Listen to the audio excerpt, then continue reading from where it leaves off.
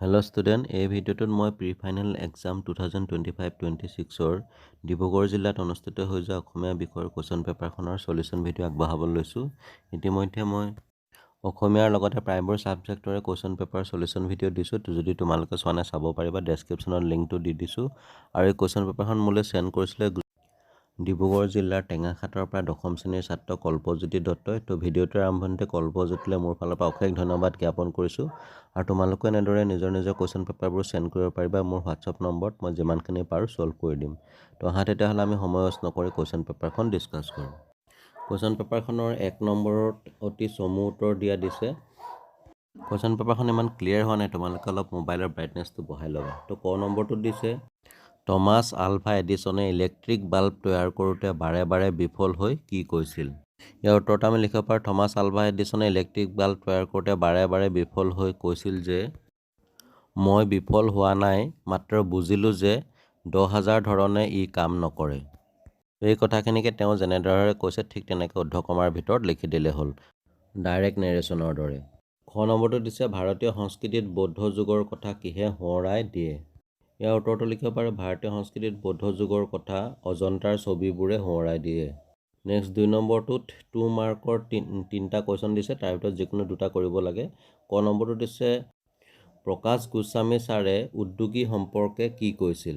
ইয়াৰ উত্তৰটো লিখিব পাৰোঁ, প্ৰকাশ গোস্বামী ছাৰে উদ্যোগী সম্পৰ্কে কৈছিল যে উদ্যোগী পুৰুষ সিংহৰ সমান, এলেহুৱা কাপুৰুষৰ নিচান।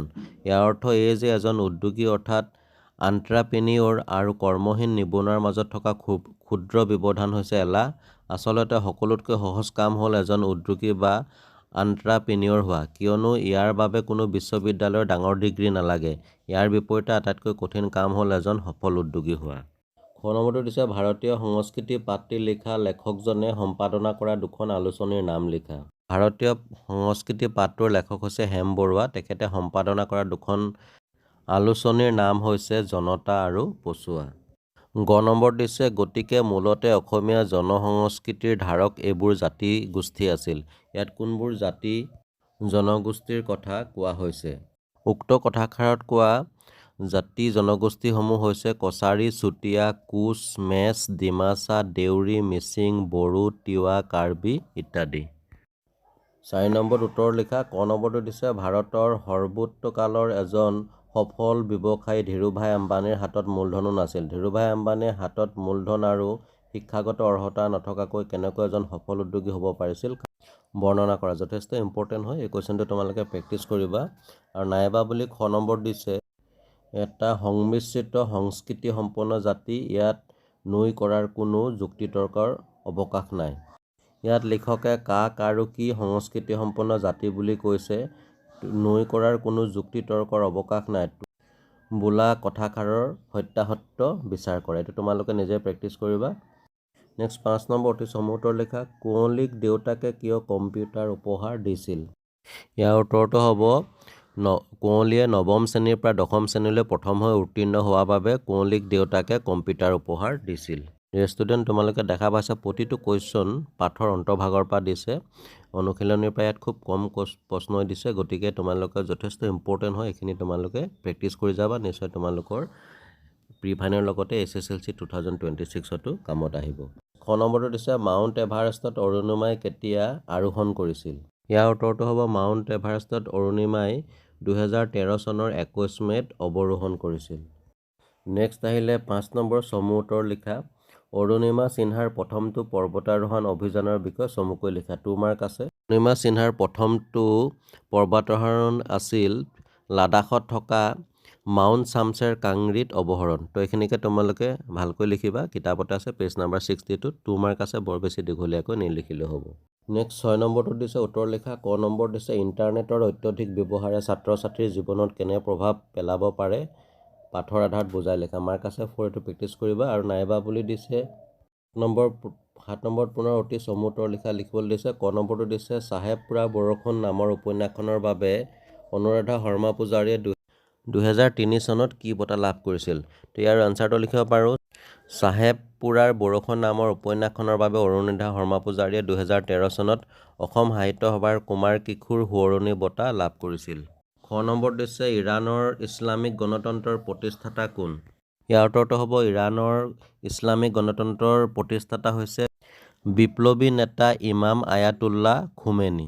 তোমালোকে সদায় বানান শুদ্ধকৈ লিখিবা, নহ'লে নম্বৰ কাটি দিয়াৰ সম্ভাৱনা থাকে। কিতাপতে আছে, পেজ নম্বৰ 85ত চাই ল'বা। নেক্সট কুৱেশ্যন নম্বৰ 8ত দিছে কাজিৰঙা যাত্ৰা কৰি ছাত্ৰ ছাত্ৰীসকলে লাভ কৰা যিকোনো দুটা বিশেষ শিক্ষা উল্লেখ কৰা। এইটো প্ৰেক্টিছ কৰিবা। 9 নম্বৰ দিছে কাজিৰঙা ৰাষ্ট্ৰীয় উদ্যানত পল আফতাবত কি বিপদত পৰিছিল, এই বিপদৰ পৰা সিহঁতক কোনে উদ্ধাৰ কৰিছিল। ইয়াৰ এনচাৰটো লিখিত ৰূপত তোমালোকক আগবঢ়াইছোঁ, এইখিনি তোমালোকে নোট কৰি ল'বা আৰু প্ৰয়োজন সাপেক্ষে স্ক্ৰীনশ্বট মাৰি ল'বা, মেট্ৰিকৰ বাবেও কামত আহিব। আৰু ইয়াতে নাইবা বুলি দিছে বুছেৰ চহৰৰ এটা বিৱৰণ দিয়া। ইয়াৰ এনচাৰটো দিলোঁ, সেইখিনি নোট কৰি ল'বা, যথেষ্ট ইম্পৰ্টেণ্ট হয়, এইটো কমন পৰি যোৱাৰ চান্স আছে মেট্ৰিকত। 10 নম্বৰত কাব্যাংশৰ পৰা দুটা শ্বৰ্ট কুৱেশ্যন দিছে, অতি চমু উত্তৰ লিখিবলৈ। ক নম্বৰটো দিছে কৃপা কৰা নাৰায়ণ চোৰ মোহ পাশ। ইয়াত চোৰ শব্দই কি বুজাইছে? ইয়াত চোৰ শব্দই বুজাইছে ছিঙি দিয়া বা ত্যাগ কৰা। আৰু খ নম্বৰটো দিছে জিকিৰ আৰু জাৰি গীতৰ লগত সুৰৰ সাদৃশ্য থকা উজনি অসমৰ যিকোনো এবিধ গীতৰ নাম লিখা। ইয়াৰ এনচাৰটো লিখি দিব পাৰা আমি টোকাৰী গীত বা দেহ বিচাৰৰ গীত, যিকোনো এটা লিখি দিলেই হ'ল। 11 নম্বৰত দিছে চমু উত্তৰ লিখা। ক নম্বৰত দিছে মাধৱদেৱৰ সাহিত্যিক কৰ্মৰাজিক কি ভাগত ভাগ কৰিব পাৰি উল্লেখ কৰা।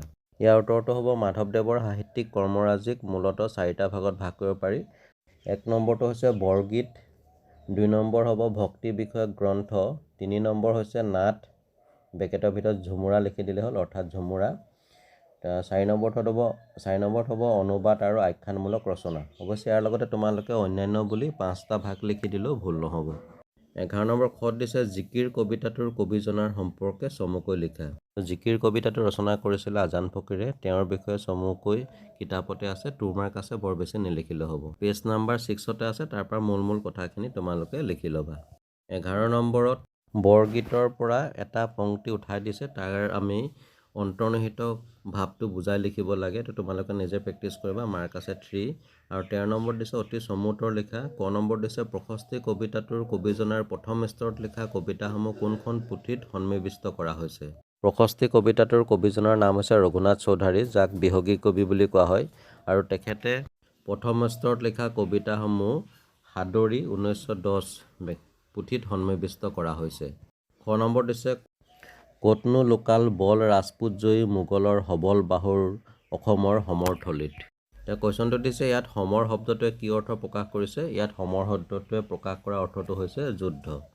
গ নম্বৰটো দিছে মধুসূদনৰ দলং নামৰ গল্পপুথিখন তোমাৰ পাঠ্যপুথিৰ অন্তৰ্গত কোনজন সাহিত্যিকৰ এক উল্লেখযোগ্য সৃষ্টি। ইয়াৰ উত্তৰটো হ'ব হৰেকৃষ্ণ ডেকা। সেইটো হৈছে তোমালোকৰ পাঠ্যপুথিৰ দৃষ্টান্তৰ কবিতাটোৰ কবি। 14 নম্বৰ কটোত প্ৰশস্তি কবিতাটোৰ পৰা এটা পংক্তি দিছে মোহ তন্দালচ তেজি উঠা ভক্তবৃন্দ সুন্দৰ কৰা ৰূপ ধ্যান। এতিয়া কুৱেশ্যনটো দিছে কবিয়ে কিয় তন্দালচ এৰি সুন্দৰ ধ্যান কৰিবলৈ কৈছে, বুজাই লিখা। এইটো নিজে লিখিবা, 2 মাৰ্ক আছে। আৰু নাইবা বুলি খ নম্বৰটো দিছে মই অসমীয়া কবিতাটোৰ কবিজনা অসম সাহিত্য সভাৰ কিমান চনৰ কোনখন অধিৱেশনৰ সভাপতি আছিল। অসমীয়া কবিতাটোৰ কবিজনাৰ নাম হৈছে চৈয়দ আব্দুল মালিক, তেখেত 1977 চনৰ অসম সাহিত্য সভাৰ অভয়াপুৰী অধিৱেশনৰ সভাপতি আছিল। 15 নম্বৰত দিছে প্ৰশস্তি কবিতাটোৰ মূল ভাৱ লিখা, 4 মাৰ্ক আছে। আৰু নাইবা বুলি আৰু এটা দিছে, এইটো তোমালোকে প্ৰেক্টিছ কৰিবা। 16 নম্বৰত ভাষা বিষয়ক কেইটামান প্ৰশ্ন দিছে, তাৰে ক নম্বৰত দিছে তলৰ যিকোনো এটাৰ ব্যাক বাক্য সমাসৰ নাম লিখা। 3টা দিছে, তাৰ ভিতৰত এটা কৰিব লাগে। মই গোটেইকেইটাৰে এনচাৰ কৰি দিছোঁ। প্ৰথমটো হৈছে পঞ্চৰত্ন। পঞ্চৰত্নৰ ব্যাক বাক্যটো হৈছে পাঁচোটা ৰত্নৰ সমাহাৰ, এইটো হৈছে দ্বিগু সমাস। তাৰপিছতো দিছে বৃকুদৰ। বৃকুদৰ শব্দটোৰ ব্যাক বাক্যটো হ'ব বৃকৰ দৰে উদৰ যাৰ, এইটো হৈছে বহুব্ৰীহি সমাস। তোমালোকে মনত ৰাখিবা যে সমাসবদ্ধ পদটোৰ কোনো পদৰ অৰ্থ প্ৰধান নহয়, তৃতীয় বা এটা বিশেষ অৰ্থ হ'লে তাক বহুব্ৰীহি সমাস বুলি কোৱা হয়। ইয়াত বৃকৰ দৰে উদৰ যাৰ সেইটো নুবুজায়, বৃকুদৰ শব্দটোৱে কিন্তু পঞ্চপাণ্ডৱৰ অৰ্জুনকহে বুজাইছে।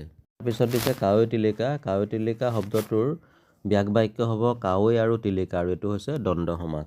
নম্বৰত দিছে তলৰ যিকোনো এটা শব্দৰ সন্ধি ভাঙা। প্ৰথমটো দিছে চিত্তাকৰ্ষক। চিত্তাকৰ্ষক শব্দটোৰ সন্ধি ভাঙিলে হ'ব চিত্ত যোগ আকৰ্ষক।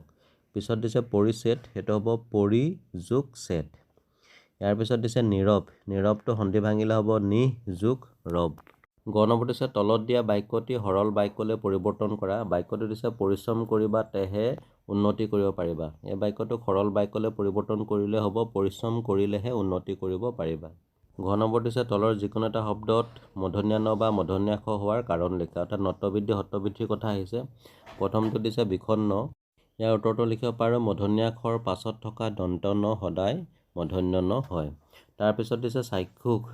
ইয়াৰ উত্তৰটো হ'ব প্ৰত্যয় যোগ হ'লে চক্ষুষ শব্দৰ দন্ত স সদায় মূৰ্ধন্য ষ হয়, যেনে চক্ষুষ যোগ মূৰ্ধন্য ষ এজুকেল চাক্ষুষ। নেক্সট দিছে পুণ্য। পুণ্য শব্দটোত স্বাভাৱিকতে মূৰ্ধন্য ন হৈছে।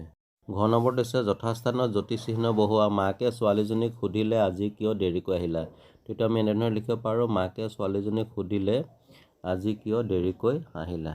প্ৰথম নম্বৰত বাক্য ৰচনা কৰিবলৈ দিছে ফৰিং ফুটা জোনাক সোৱাদোৱা লগা আলৈ বিলৈ। এইখিনি প্ৰেক্টিচ কৰিবা। এনেকুৱা ধৰণৰ আৰু কিছুমান তোমালোকে চাই যাবা। দ্বিতীয় নম্বৰত দিছে তলৰ যিকোনো এটা শব্দৰ বিপৰীতাৰ্থক শব্দ লিখা। উদ্ধত। উদ্ধত শব্দটোৰ বিপৰীত শব্দ হ'ব বিনীত বা নম্ৰ।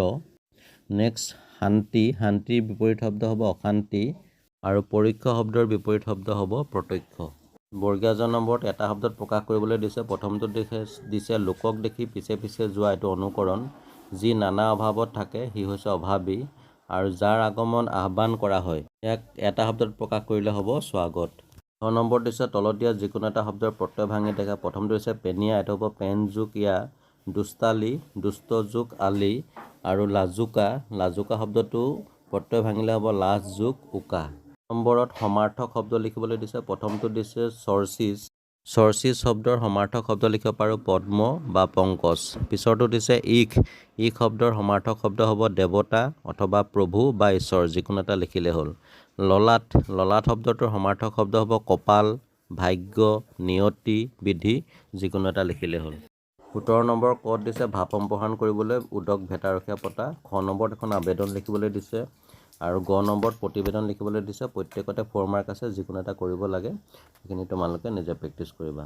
18 নম্বৰ দিছে তলৰ যিকোনো এটা বিষয়ক এখন ৰচনা লেখা। শিক্ষামূলক ভ্ৰমণ, শিশু শ্ৰমিক, এক সামাজিক সমস্যা, গ্ৰন্থমেলা। তো যিকোনো এখন লিখিব লাগে, 8 মাৰ্ক আছে।